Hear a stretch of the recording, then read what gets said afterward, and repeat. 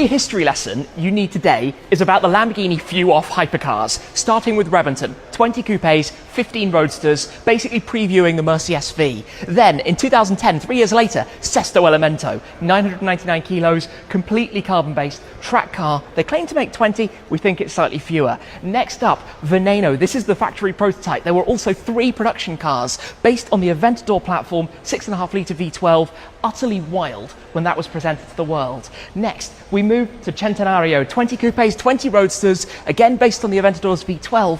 This would have been Ferruccio's 100th birthday, hence the name Centenario. We move from Centenario to Sian, 63 coupes, 19 roadsters, 1963, the year Lamborghini was founded, the first hybrid Lamborghini with the supercapacitor. Then, to finish off the line, the last few off, the Countach, the LPI 800-4, 112 cars, the code name of the original Countach, the LP 112, but obviously Aventador based, old school styling. There you go. Apart from the Aventador J, of which there's only one, I've been lucky to drive it. That's the full history lesson. Flash, flash, flash. Here we go. Press.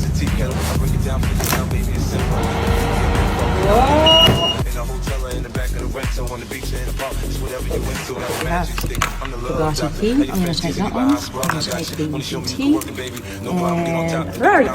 This Ferrari. All right, come with me.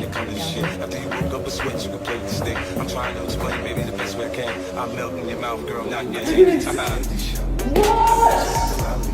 A 14-car garage under the sea. Isn't that insane? So you've got your Bugatti Ferrari. Let's see which Ferrari this opens. Here we go.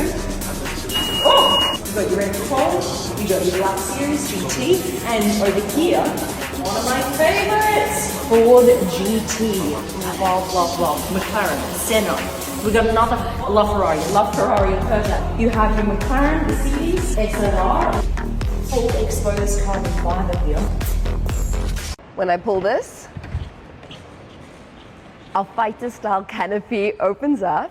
This is a street-legal race car, full-body carbon fiber. There's only 100 of these ever made, and our steering wheel is actually on a stand because it's detachable.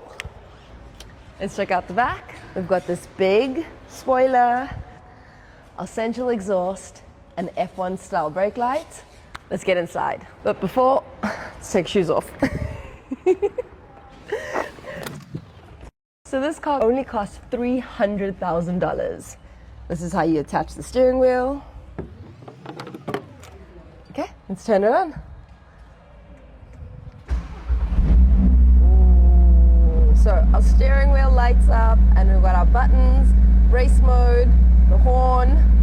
Oh, it's loud! We've got 3 screens because there's no mirrors. This is the KTM Expo GT XR. Okay guys, what do you think? Check this out. Once you get inside the backseat of this Mercedes Maybach, you don't actually have to reach for the door to close it. You just take your hand and swipe it like this and it'll close for you automatically. But what's even cooler is the sound system in this car, because once I turn up the volume, the speakers will do this.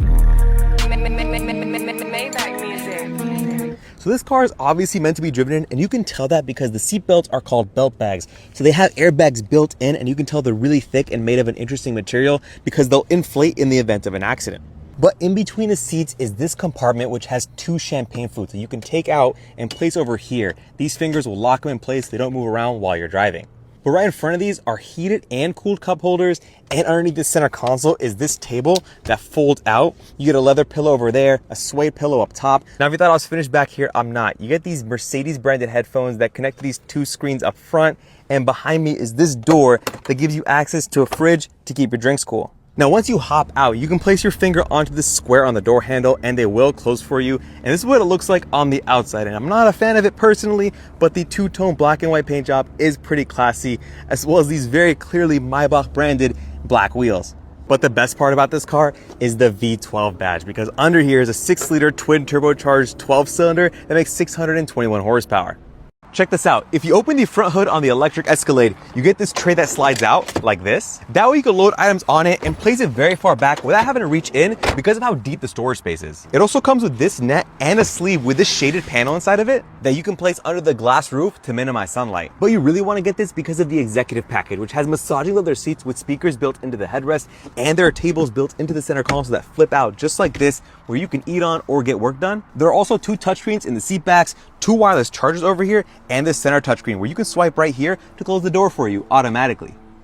But the luxury continues up front with this 55-inch curved display that goes across the entire dash and this dedicated passenger screen they can watch movies and play video games on. There's a digital rear view mirror, a center touchscreen here for all your controls, 2 wireless chargers, and storage down below. So I know electric vehicles aren't for everyone, but this Escalade IQ gets 460 miles on a full charge, makes 750 horsepower, and can do 0 to 60 in 4.7 seconds. Check this out. In this bulletproof SUV, you get these executive style back seats over here, as well as a roll-up TV screen with built-in Apple TV for some additional privacy. Now this is meant to be driven in, so you get these wooden tables that slide in when you don't need them, a built-in mini bar, cup holders over here, and these leather seats have built-in leg rests. There's also a starlight roof with suede and leather, iPads built into the side, and behind these curtains is the bulletproof glass. Now, if someone tries to break in, you can activate the electrocuting door handles, and trust me, they work. And there are also these pepper spray nozzles. Check them out. Isn't that cool? Oh shoot! On the outside, you get explosive protection underneath, these military-grade run-flat tires, blinding strobe lights up here, this metal steel ram bumper in case you need to drive through a wall, and sirens. So it's called the Rezvani Vengeance, and this one has the executive package. So if you're a mob boss looking to escape some sticky situations, I got you. In case you're wondering about the trunk space, there isn't any, but they put this ballistic protection for those back seats. Now, if you got a little extra money lying around, you can get this bulletproof vest, which doubles as a backpack, or you can get helmets and gas masks. The driver gets all the controls up here for things like the smoke screen and your shocking door handles. There's a tablet up here to control everything for the back seats, as well as a safe in the middle to store your own high-speed wireless device. This is the fastest accelerating production car on the planet, 0 to 100 in 1.78 seconds. Take a look at how low the nose is, and the entire car is under 1 meter tall. Look at the sweeping rear it has, very futuristic, very aggressive, and the entire width of the back is pretty much that. This car is fully electric. We step inside, premium Italian leather seats, and they're basically bolted onto the carbon fiber monocoque. Unusually small steering wheel, and that's for visibility. That a bigger steering wheel would obstruct your view of the road. Down the middle, and these are your gear selectors, reverse, neutral, drive. But what we came here for is to drive it 0 to 100, 1.78 seconds. This is your high-speed mode. You just flick that down, press this button, and you get full potential of this car. And I'm gonna launch it. Yeah. Look at this. When I push down in the center of this panel, our secret compartment opens up, and you've got all your caps for your fluid. On the side of the car, we've got a window in the door so you can see straight through.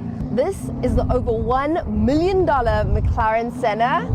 At the back, we've got this massive wing that makes 800 kg downforce, central exhaust, and carbon fiber diffuser. Okay, let's get inside. Press the button under here, and our alarm goes off. Oh good, check it out. On the roof, you've got your start-stop button, and look what happens. Our gauge cluster comes out. This is how you put it into race mode. When you move your seat forward and back, the whole center console moves with you. And this is probably not the best car to take through a drive-through because it has the smallest window ever. Twin turbo V8 that makes 790 horsepower. Okay guys, what do you think? Floor it!